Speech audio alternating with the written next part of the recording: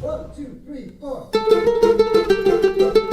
Hi everyone, this is Jewish Talk coming to you from Nassau Community College on 90.3 WHPC, also streaming on nccradio.org. Don't forget that. You can tell your friends and your neighbors. You can see us and listen to us and hear us all over the world on the internet, nccradio.org.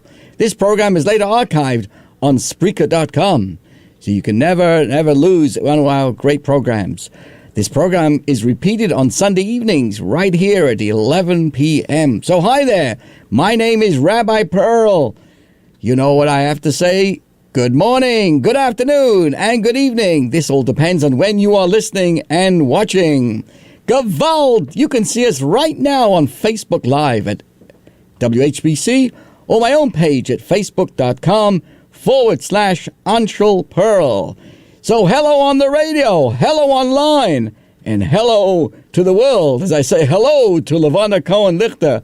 Boker Tov, welcome to you and everybody else listening to us and watching us all over the world. Good morning and good vach. Thank you so much, Linda.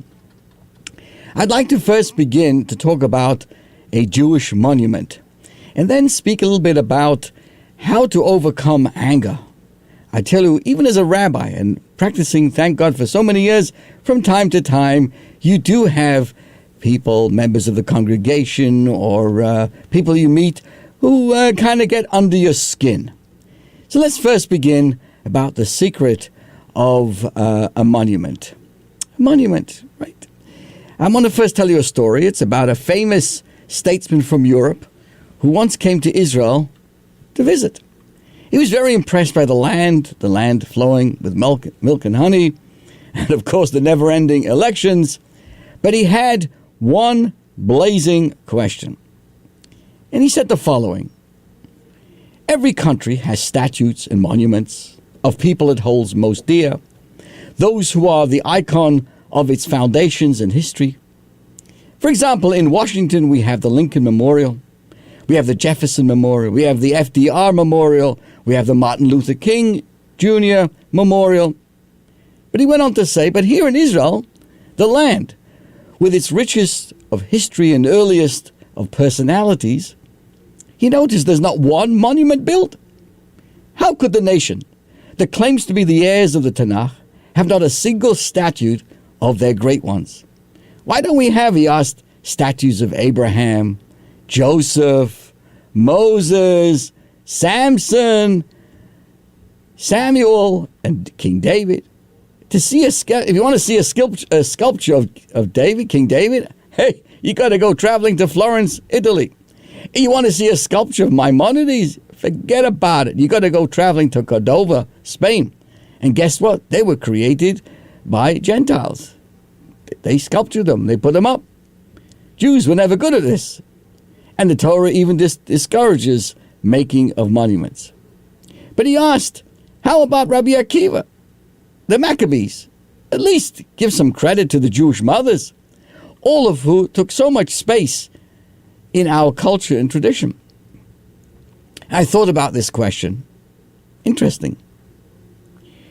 And then I came across a story, and I got my answer. And it's very relevant today as we think about life, think about what's going on around us.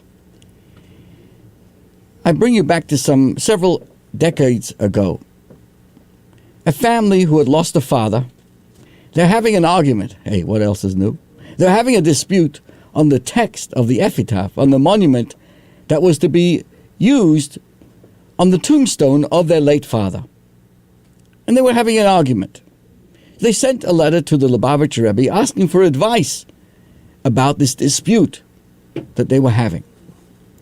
The Rebbe's answer was like this. He suggested that they review the text their late father prepared for his own parents' tombstone. Therefore, they would learn what their own father held dear. That was his first piece of advice. Then he had another piece of advice. He made another point. He went on to say that every one of us, there are actually 2 tombstones that we erect for our loved ones who pass away. Both of these tombstones allow people to learn about the figure who has passed on. One is the physical tombstone, established on the actual grave, engraved with the name of the person and some of his or her virtues and qualities. And as we know, it gives us a brief description of the greatness of the person whose grave we are visiting. This epitaph, this monument, never changes. It remains on the grave permanently. Whatever we engraved on it at that time, when it was erected, it remains there it is for so many years. But the Rebbe went on, he suggested, that there is another tombstone, another epitaph that we erect for our loved ones who are deceased. These too allow for anyone to see them and to learn about the uniqueness and the specialness of the person who's passed away. This epitaph, this monument, the Rebbe said, can change daily, and it can grow stronger, deeper, and better. It's not as static, so to speak, as the physical epitaph, the physical monument. This second matzeva, or tombstone, are the children of the one who passed on. When we see the children of a person, we often learn so much about them. Children are often, if not always, the mirror of their parents. So when people see the behavior and the lives of children, they learn so much about their parents.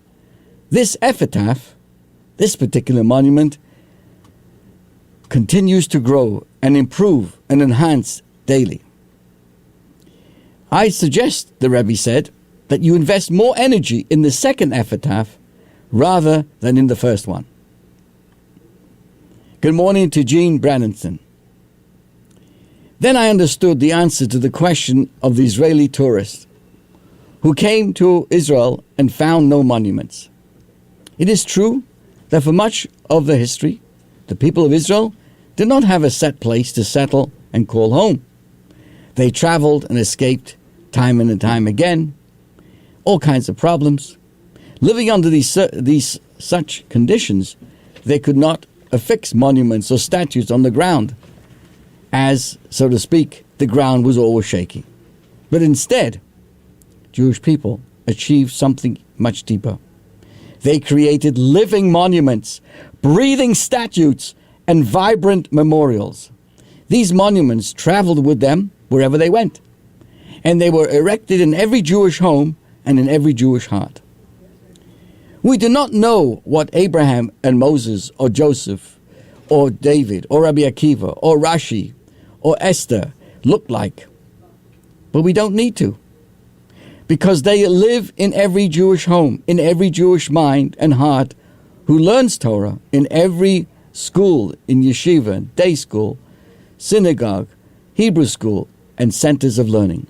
We don't look at a statue of Moses. Instead, we internalize his wisdom and example, and his monument lives inside our souls, inspiring us, teaching us, and empowering us. Good morning to Hillary Sharon. Good vach to you.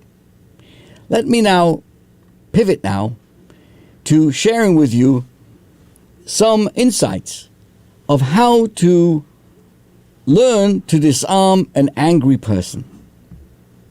How we can turn confrontation into friendship.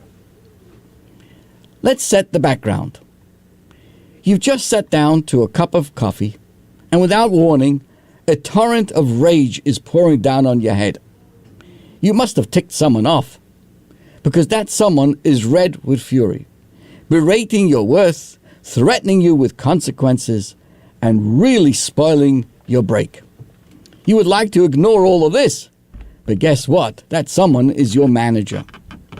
Or maybe it's your spouse bringing up every wrong thing you've ever done since the day you were born. Or your dad accusing you of embarrassing him with all your failures. Or your coach blaming you for blowing the big game. Whoever it is, what's your strategy? How do you handle this? So here's some advice that I'd like to share with you today from someone who knew what he was talking about. We're talking about Rabbi Shneir Zalman of Liadi, the author of the Tanya, the founding Hasidic master of the Chabad Hasidic movement. He suffered a lot. He had a lot of people screaming at him for most of his life.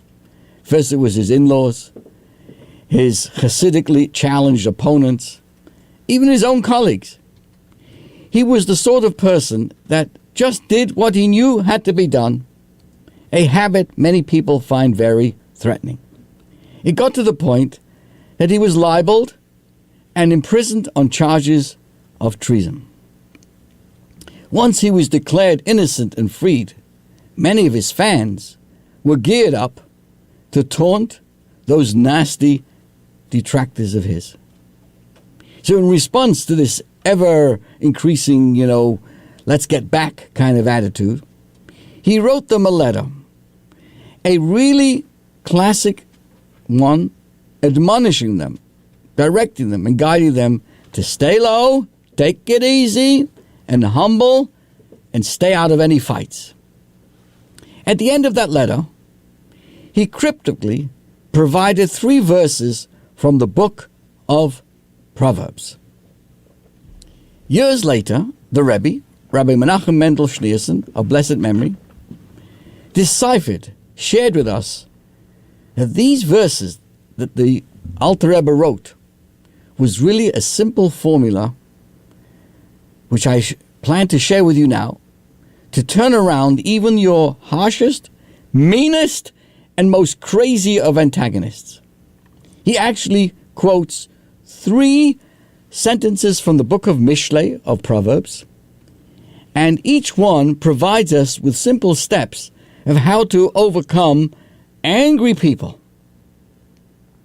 The first is from Proverbs 15:1. In Hebrew, it reads, Ma'anerach yoshiv chema. A gentle response turns back rage. Let me share this with you. Neuroscience, science, calls it amygdala hijack. Sounds like a big word. What does it mean? There's a little chunk of brain meat called amygdala that has taken over the cockpit, dispersing legions of hormones to storm every gland, organ, and muscle of the body in a massive coup d'etat before the higher brain functions has a chance to kick in. The neocortex is under house arrest, and rational thinking is suspended indefinitely. I guess in common lingo, what I'm sharing is the guy lost it. And you, sitting there, are the collateral damage. We're talking about what goes on in somebody who gets all upset and angry and how he reacts. Yes, your blood is curdling in instinctive defense. Your heart is pumping and ready for fight. Your mind is shooting out a long list of fiery comebacks that will hit where it hurts. And guess what? That's very natural, very instinctual. That's the reaction that we have. Guess what? When a bear is under attack, it stands on its hind legs and makes itself look big and terrifying. Well, let's be honest. There's a bear inside of each of us, and when it feels threatened, it wants to stand tall and important looking and scream, "Do you know who I am? Hey, take it easy. How dare you attack me like that? Wait till you hear the insults I can shoot back at you, and I will destroy you." I'm here to tell you, dear friends, that's the last thing you want to do, because then everyone's lost it. Instead, you hold yourself back, wait for a pause. It eventually does have to come, and you really, really don't want to open up your mouth before them. And choose some gentle words to soften the blow. Something that acknowledges the other guy's emotions.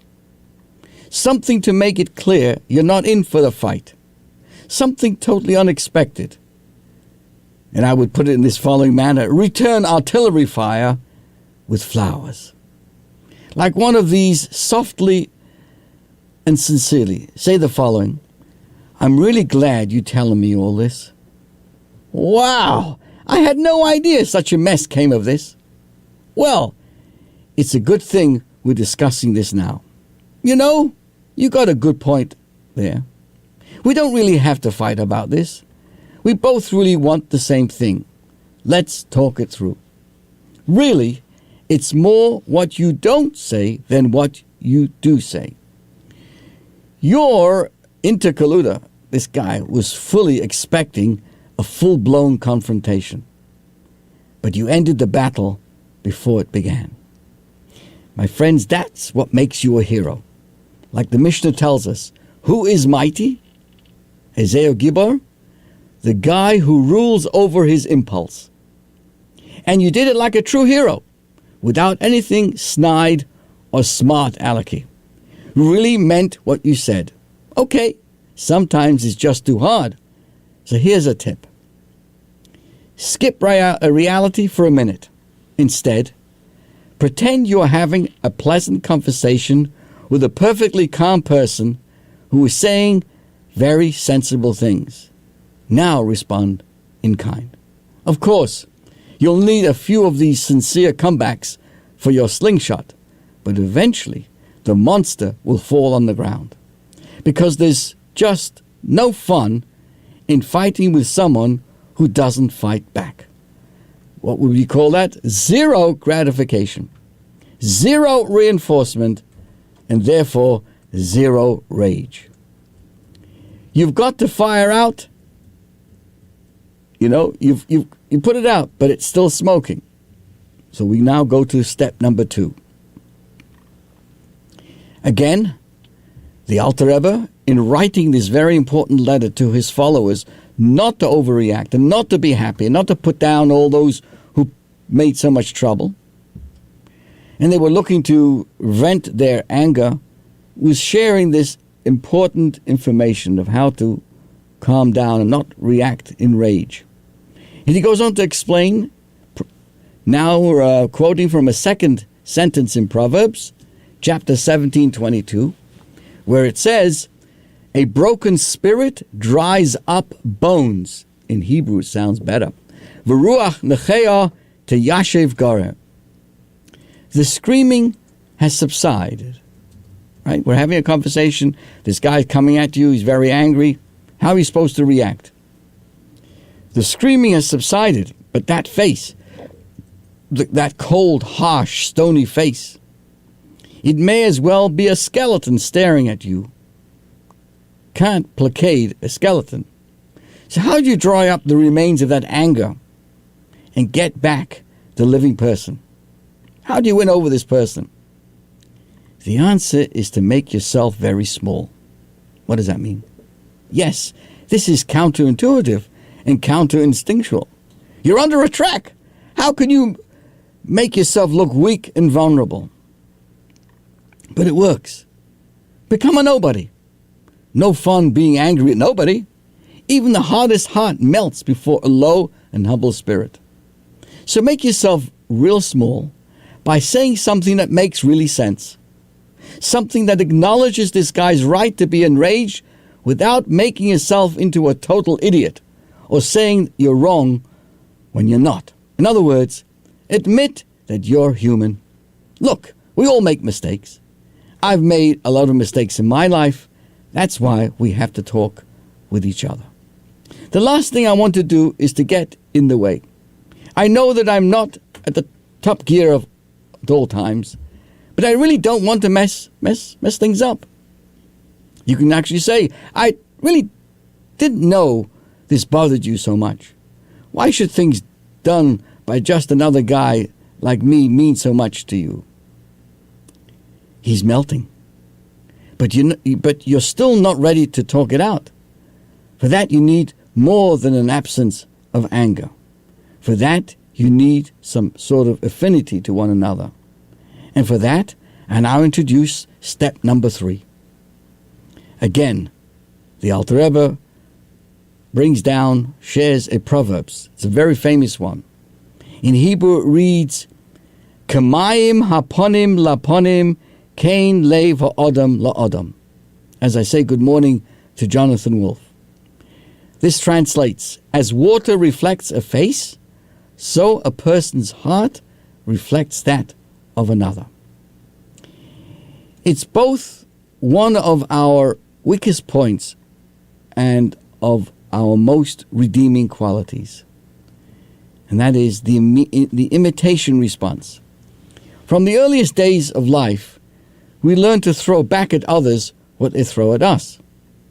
Take a jab at someone and get ready for the jab coming right back your way. Show a smile, and it's as though you're always forcing the other guy to smile back. Yes, it can be hard to throw an initial smile. It helps to really like the other guy. And there's got to be something there you really do like. Even nasty people have some redeeming qualities. And maybe this guy isn't quite the nastiest of them all. Hey, maybe it's your spouse, and there was a reason you got married in the first place. So find it. Find that. Focus on it. Focus hard, and forget about all the rest. As soon as you awaken some good thoughts about this person in your heart, his or her heart will begin to reflect it, especially if you can show those good feelings in your words and in your expression. It will all be mirrored back. Kamayim haponim laponim, as water reflects a face. It's guaranteed by King Solomon and the Torah. As I say, good morning, shalom, and to everyone, to Laura May. Thank you so much, Laura. It was great to see you with everybody in shul. Thank you so much. So now you can pretend you were just having a delightful conversation with a person who you really like. Imagine someone just cracked a joke and it was actually funny and you laughed. Now smile. Smile. There's a smile coming back your way. So, as I discuss with you some insights of how to transform angry people around us, or people who try to get at you, practice makes perfect. Roll with the punches. Swallow your pride and return bullets with flowers. Lie low and humble. Ponder what you like about this person, and then diffuse the whole situation with a smile. Rehearse it a few times in your mind. Give it a try. Opportunities abound. And then write a reader a comment to tell us, or let me know how it worked for you. As I say good morning to Dr. Eitan Kelshevsky. Thank you so much, Doctor. So as we continue our conversations today about how to overcome anger, how to respond to someone who's getting at us, how we talk about the living monuments of personalities, I'd like to continue to share with you today about traditional sources on the soul knowledge of the physical world post-mortem. What's the connection? Does the soul of a loved one know what's going on downstairs? Ideas about that. You see, death is inevitable.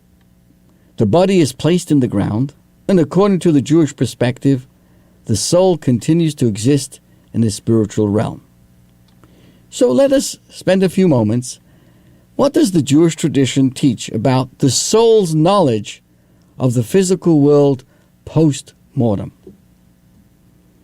I'm bringing this up because I'm constantly challenged with situations of people not appreciating the importance of never cremating the body. There's something important about the body being in the ground. Let's continue. As I say good morning to Judy Kirk. She is watching us. Hello, Judy, from Cary, North Carolina. Don't tell anybody at the station over here how far we reach to Cary. Why, you really carry.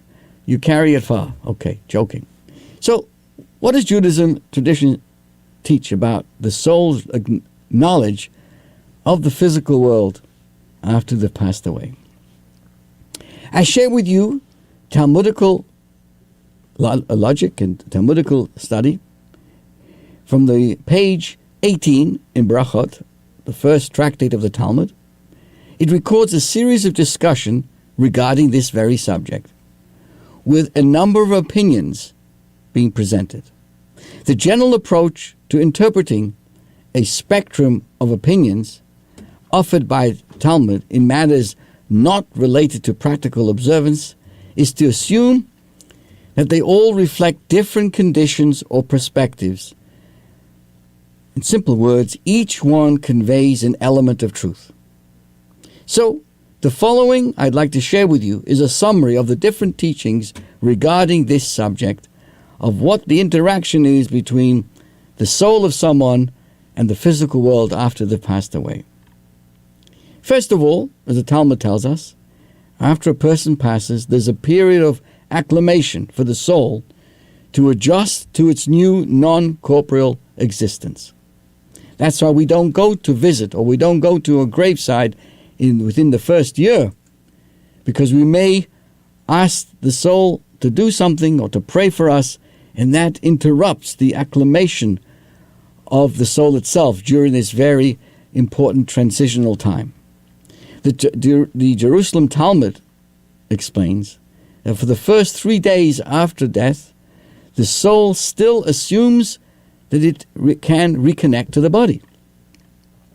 For the first week after death, the soul mourns its loss and wanders from the grave to the house of mourning, which, by the way, helps to appreciate the importance that a full 7 days should be observed. The idea of 1 day, 1.5 days, only 1 day, actually is causing problems for the soul. When a person passes away, it needs the full cooperation and the love of those who are alive. As I said beforehand, the best monument to someone is the impact that's left behind with the family. To simply bury someone and go back to the weekend, back to the plans, actually derides the very soul that needs that interaction, because as I just explained to you, the soul during that first week wants to stay close to the home that they lived in and close to the people. But the people went on vacation. They had tickets to go to a show, at Patchogue Theater or someplace like that, or they had to go to Arizona, and they go on about their business. And the poor soul comes to the person's home, and they're not there. What do they think about them? What are they saying about their soul? What are they saying about the person who passed away? If their business, they think is about their own selfishness. So the soul mourns its loss and wanders from the grave to the house of mourning. And therefore the family is sitting there. The family comes for 7 days and welcomes that soul, and welcomes it through the Kaddish, through the charity, through talking about them. This explains the 7-day mourning period of Judaism, known as Shiva, which means 7. Now there's another separation that happens after 30 days. The Talmud writes, for the duration of 12 months, the soul ascends and descends. But after 12 months, it ascends and no longer descends. This explains the 12-month period of mourning that follows a parent's death. The implication of these facts would seem to indicate that a soul would lose connection to the happenings of the physical world after a year, as I was discussing. Is there a connection between the soul and this world? According to this, if it only ascends, it would seem it's gone over, it's finished after 12 months, there's no more connection. However, the Tosfos, the commentary on the Talmud, written by the 11th and 12th century French rabbis, provide sources that teach us that a soul's knowledge of our world continues long after a year. The Tosfos concludes that the term ascends and no longer descends means the status quo of a soul after a year is not to be connected to events transpiring among the living. However, if the soul chooses to do so, it can lower itself and observe what is happening below. One of the defining components of traditional Jewish burial is to place the deceased either directly into the ground or in a simple wooden coffin that allows for the body to decompose. The Talmud records a story of a righteous person who overheard a conversation between two deceased souls. One soul, which had been buried in a mat of reeds, was unable to see the future, while the other one, who had been buried properly, was able to do so. So the choice of the actual, the aron, the actual box, the casket, has an amazing, impact on the soul. It's connected. How the person is buried allows the soul. What am I sharing, my friends? That when a person passes away, we must do everything to help that soul. If we didn't care for them while they were alive, let them be buried, let them be cremated, get them out of my life, I'm going back to my fishing. But if we truly love that person, we will do everything we can in terms of the shiva, in terms of how the person is buried, where the person is buried, and how everything else.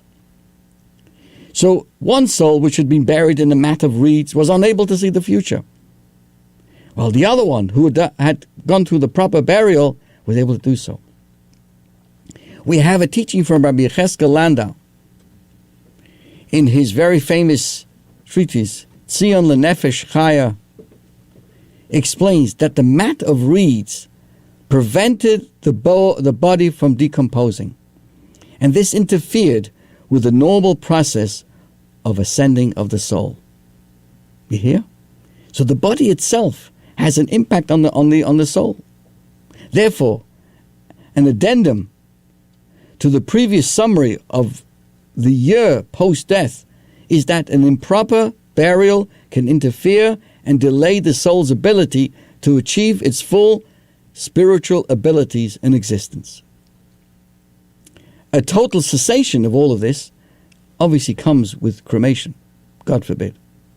A proper Jewish burial is more than following historical customs. It's Judaism's way to help the soul on its journey.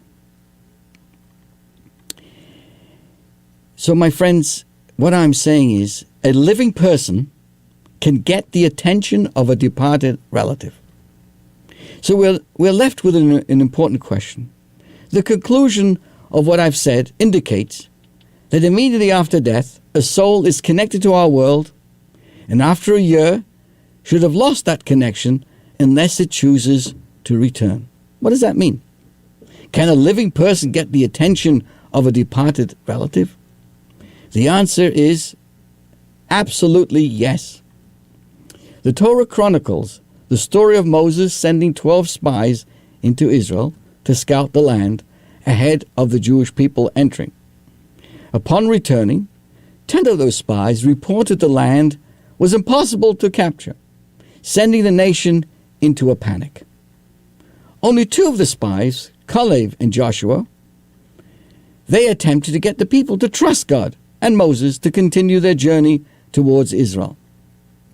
The Talmud,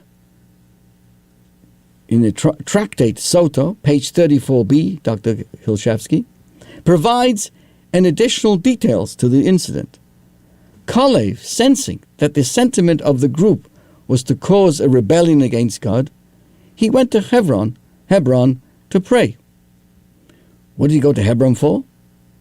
There, he beseeched Abraham, Isaac, and Jacob, who were buried in Hebron, to pray on his behalf. Tosfos comments that even though Caleb's forefathers had long since passed, praying to them would get their attention.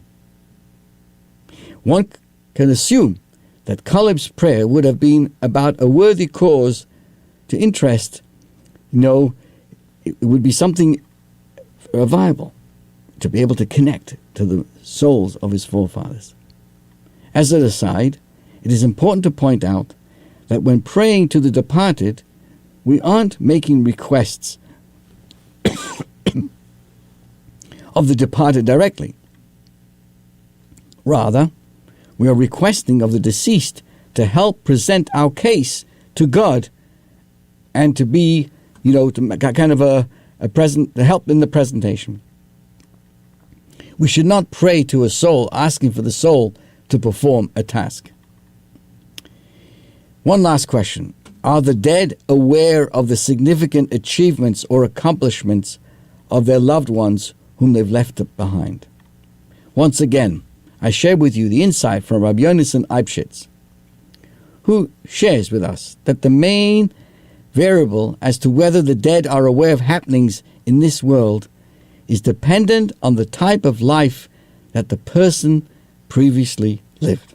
For example, he explains, a righteous person whose spiritual pursuits focused on the philosophical and the Torah study and the components of Jewish experience would have a minimum connection to society's happenings, depending on how a person lived their life. If they lived a life a little more spiritual and less about the physical things around them, makes them that personality. However, a person who chose to focus on the needs of others and emphasized communal and social issues would retain a connection to those causes and continue to lobby on behalf of the issues they would have been connected with life. What does this mean? As we say, good morning to Heidi Simcha, or Martinez Abraham, and Jean Marie, based on this, it would seem that a loving, family-minded individual would continue to remain connected to and concerned with his or her family, friends, and associates even after death. So in conclusion, a soul may be still aware of the events taking place in our world after death, 100%. And one can connect with a departed loved one by reaching out through prayer, just as Caleb do, or just like today, where thousands of people travel to the gravesite of the Rebbe in Old Montefiore in Queens, reaching out through prayer. Do the dead concern themselves with the Super Bowl champions and which songs are topping the pop charts? Highly unlikely. Do they smile from above when one volunteers, gives charity, studies Torah, or conducts their business with honesty and integrity? Well, Jewish tradition indicates that they would. So basically, when you want to connect to someone in another world, or the soul wants to connect with this world, it's going to be very much dependent on the kind of life that we lived. If a person lives a more spiritual life, a giving person and a giving personality, those things will continue. But if it's all about material things, if a person lives a life just on material needs and possessions, there's really nothing to connect to about, because those things come and go. If one is going through a crisis or has reached a crossroad in life, can they pray to a deceased relative to intervene on their behalf? Once again, that too is a way to connect to the soul. May the memory of the departed be a blessing. Now, let me continue this idea, because we recently received a letter or a note. I guess today you don't even talk about notes, you talk about an email or a WhatsApp. The question was, upon leaving this earth and hopefully ascending to heaven, are we reunited with our parents and family members who have predeceased us? I really want to be close to my loved ones again. But once we leave our body, how do we recognize who is who? Souls don't have faces, do they? Interesting question. I did my research, and I share with you the following. One of the most boring things to listen to is someone else's dream that they had last night. That's probably because dreams are very personal. Only you can relate to your own dreams. To anyone else, it's just a bag of hogwash. So nonsense. I'm sure you've had the experience in a dream where you're talking to someone you know who they are, even though they don't look like themselves. For example, there's a sumo wrestler standing in front of you and is actually your grandmother. In your own dream, it makes perfect sense to you that a 150-kilo Japanese athlete is actually a frail old Hungarian Jewish woman. Because dream imagery is not literal, but rather symbolic and associative. If your grandmother looms larger in your psychic, she may appear to you that way in your dream.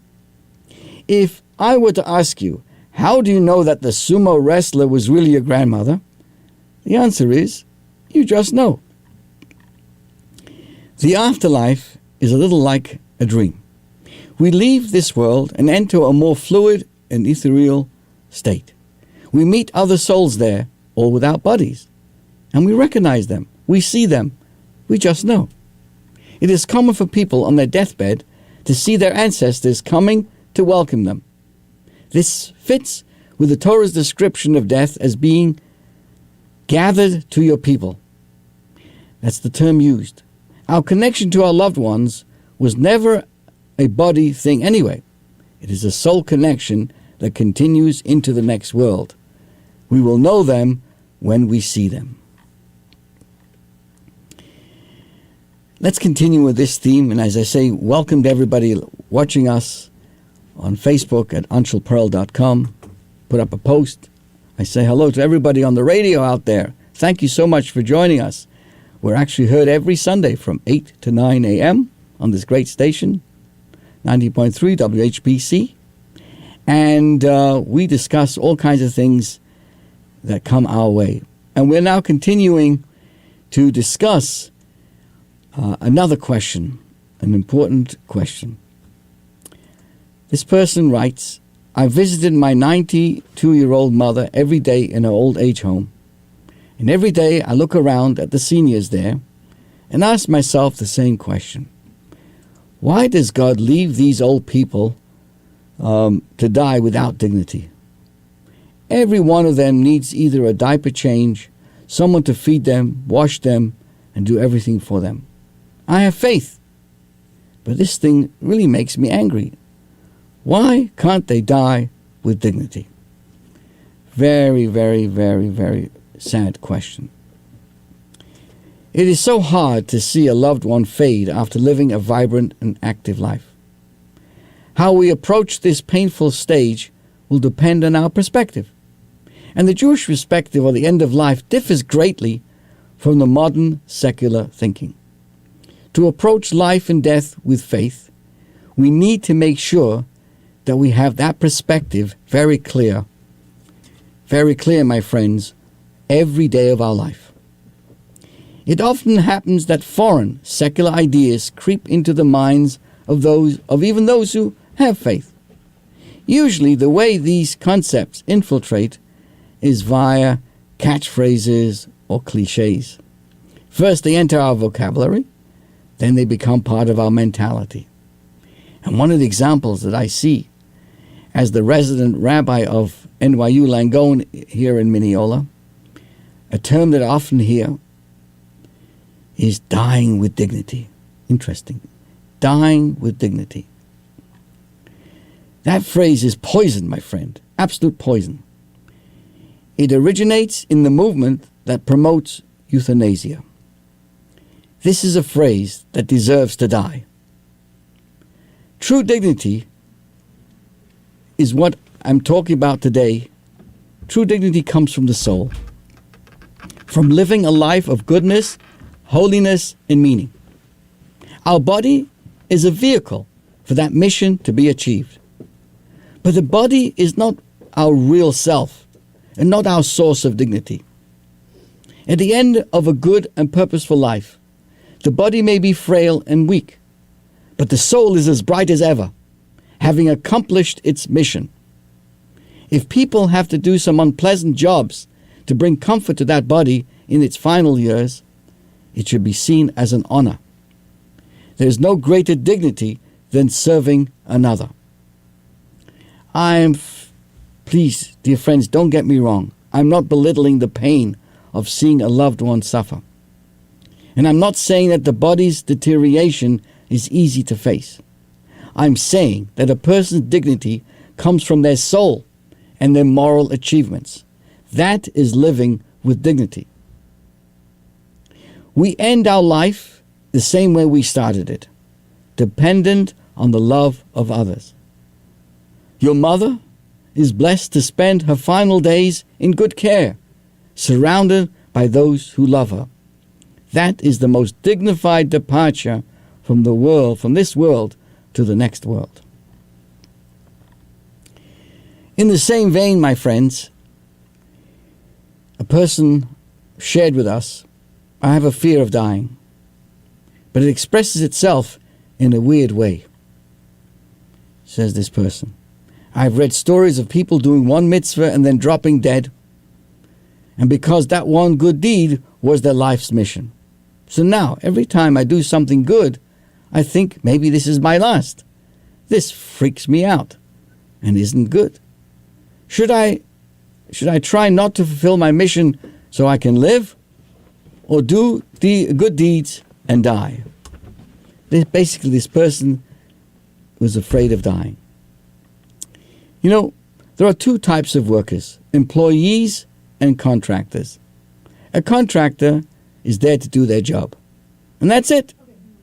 As long as I have completed the task given to me, as long as the items on my to-do list are ticked off, I've done my bit and I can go home. But an employee has to work until the day is over. It's not enough that my immediate tasks are completed. I have to seek out more work and ensure every moment of the day is productive. Otherwise, I'm shortchanging my employer. We live in God's big factory. We're all workers, each with a specific role to play. We each contribute our part to the grand scheme of creating a better world. And we have a choice. We either make do with fulfilling our obligations alone and no more, or we can go beyond that. As long as the job is not yet done, as long as the world is not yet full of goodness, we still have a lot of work to do.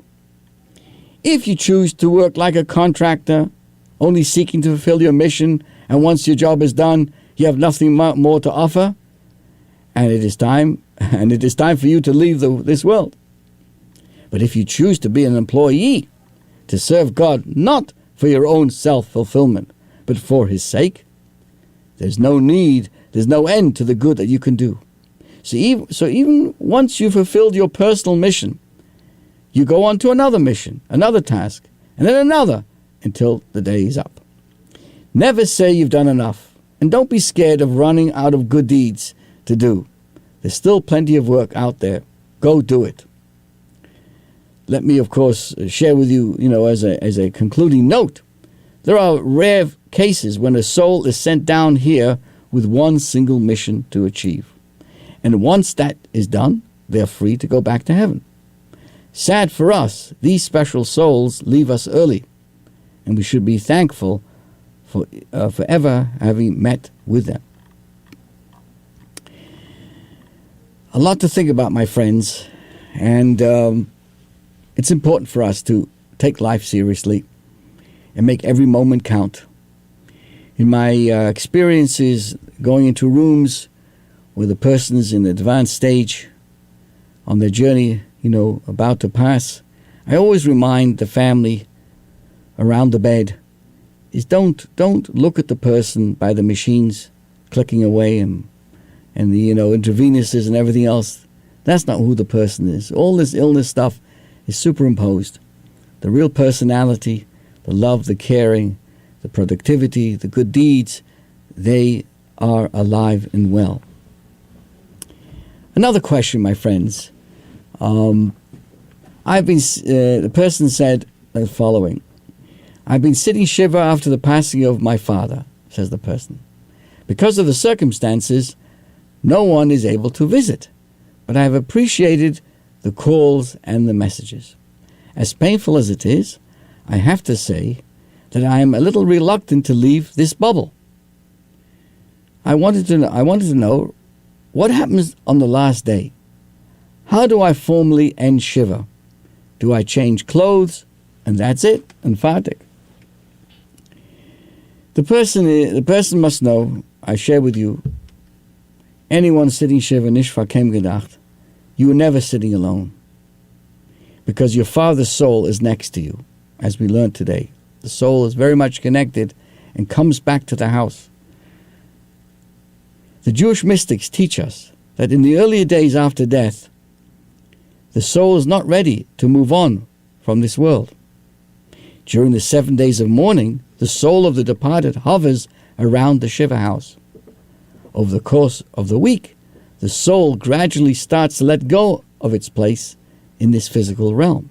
Then, at the end of the Shiva, the soul floats away to find its place of resting. The journey of the soul finding rest clearly mirrors the journey of the mourners coming to terms with the loss. The 7 days of mourning allow the surviving relatives to experience the grief, face the loss, and come to some level of acceptance that things will never be the same. It is a time to acclimatize oneself to a major adjustment in your reality. It takes a week for that just to sink in. Then starts a long and slow process of healing and moving forward. On the morning of the 7th day, there's a custom for mourners to conclude the Shiva by going for a walk around the block. This serves a dual purpose for the mourners and the departed soul. Good morning to Zalman Weg. Thank you. May Hashem bless you and all your mishpacha with all good things. For the mourners, it is a step back into an outside world. They observe that life has gone on, a world that is going about its business, so must we all. As hard as it may be, and though the pain will not just disappear, we must walk out of the Shiva into the world. We honor the dead by going back to our lives. But there's another meaning behind the walk around the block. Not only does it represent us taking that step to get back into life, we're also accompanying the soul of the departed on this onward journey. They will always be watching over us, and their presence will always be felt. But we need to let them go to higher places. As they move to the next stage, so do we. We end the Shiva by going for a walk. And it's part of the journey of life. And, of course, we wish this particular family, their father's soul, be a blessing to all of them.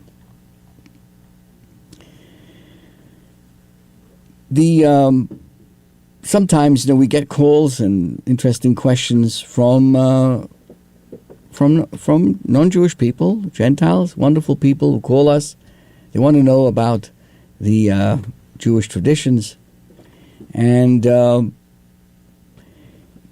this is a kind of I wouldn't say funny, but it was interesting. A person calls us up and says when they left the house of Shiva, someone said to the person, "I've SIM cards. I'm SIM cards." And the person was taken aback. Why would someone be selling phone plans at a funeral? And another person said the same thing to me. I thought it was strange. I thanked them and explained that I was locked into a 24-month contract. And when a third person said to me, this person says to us, "I've SIM cards," I started to think maybe I was misunderstanding something. So this wonderful, well-meaning person asked me, is it customary to buy a new SIM card after a Jewish funeral? Well, my friends, there is. I'm smiling, but it's really a very, very, very sincere question. The answer is, of course, they were not talking about phone contracts. They were actually saying a Yiddish blessing that says, "Of simchas, of simchas, of simchas, of simchas." The meaning of this is we should meet at happy occasions. It is customary to say this after meeting and under sad circumstances.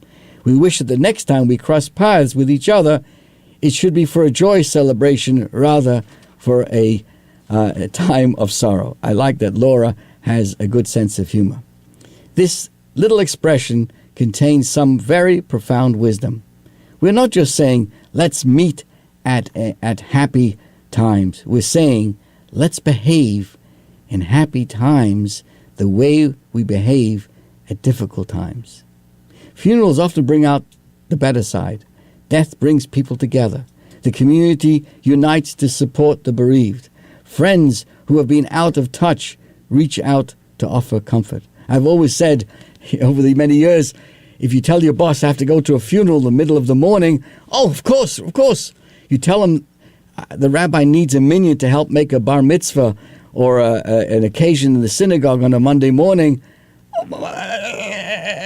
Right? How come we when it comes to a funeral, everybody takes off time? But to go and help somebody who needs to be elevated for a bar and bat mitzvah or something that happened during a workday hours, I can't do this.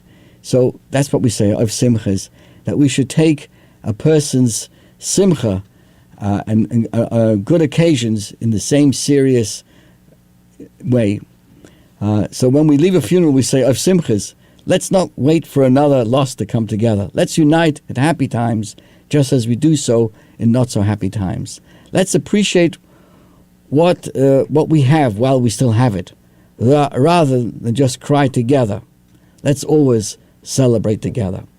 May Hashem bless us that we shall have a wonderful, safe week. Life is short. Let's make good use of it. Shalom. Av Simchas.